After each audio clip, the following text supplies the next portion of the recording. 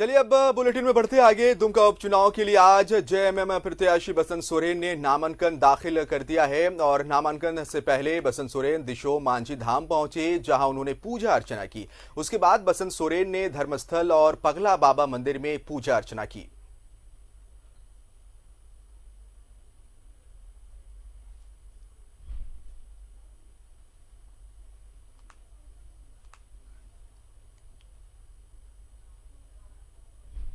तो आज झारखंड मुक्ति मोर्चा के प्रत्याशी बसंत सोरेन ने अपना नामांकन पर्चा दाखिल कर दिया है दिशो मांझी धाम में। इससे पहले बसंत सोरेन ने जाकर पूजा अर्चना भी की और जीत की कामना की।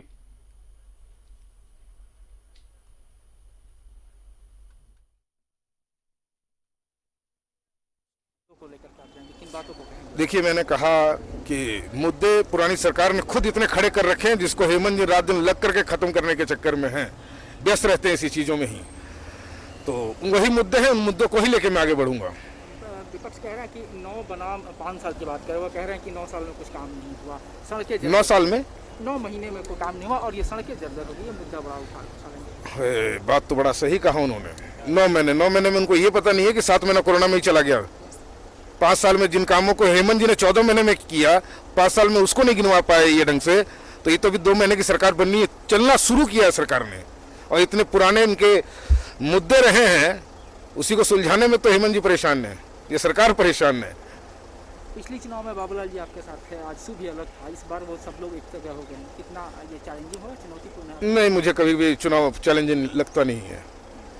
मुझे अपने काम पे विश्वास है, अपने लोगों पे विश्वास है, यहाँ की जनता पे विश्वास है। इस बार क्या रहेगा अंतर? पिछले बार 13,188 था। देखिए, लड़ाई लड़ रहे हैं, चुनाव के मैदान में है, देखते हैं क्या आता है रिजल्ट। आने के बाद क्या करेंगे? सबसे पहला काम आप अपने विधानसभा क्षेत्र? सबसे पहले मैं जनता के पास ही बैठूंगा और उनसे जानूंगा कि क्या क्या परेशानी है। ऐसे कई परेशानियां हैं जो मेरी डायरी में नोट्स हैं, उन पे मैं काम करना शुरू करूंगा, क्षेत्र घूमूंगा और जानने की प्रयास करूंगा लोगों के बीच कि क्या और तकलीफें, क्या दुख है और क्या कर सकता हूं बेहतर इस क्षेत्र को, यहाँ की पब्लिक के लिए, उस पर।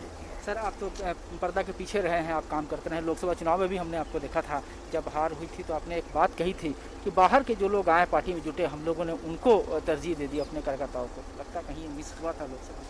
नहीं, तरजीह की बात नहीं है, सारे लोग अपने हैं, ऐसा कुछ नहीं है। कुछ गलती हमसे जरूर हुई होगी, हम लोगों से, जिसकी वजह से हम लोकसभा लूज किए।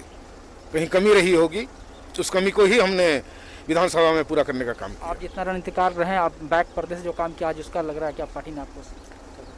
हाँ, पार्टी को लगा कि शायद मैं बेहतर करता हूँ, तो इस करके उत्तरदायित्व दिया है, देने का काम किया है। आपको बधाई देता अग्रिम कि आप सफल हो अपने। बिल्कुल, ये थे जेएमएम के प्रत्याशी बसंत सोरेन जी, जो अभी तुरंत पर्चा भरकर बाहर आए हैं और इन्होंने अपनी बातों को तरजीह रखा और कहा है कि इस बार का जो चुनाव होगा उसमें जीत इनकी होगी और जो अब तक ये रणनीति बनाते रहे हैं उसका इन्हें, इनकी पार्टी ने इनको सराहा और आज इनको मौका दिया है। इन्हें उम्मीद है कि ये जीत कर जाएंगे और अपने जनता की सेवा करेंगे।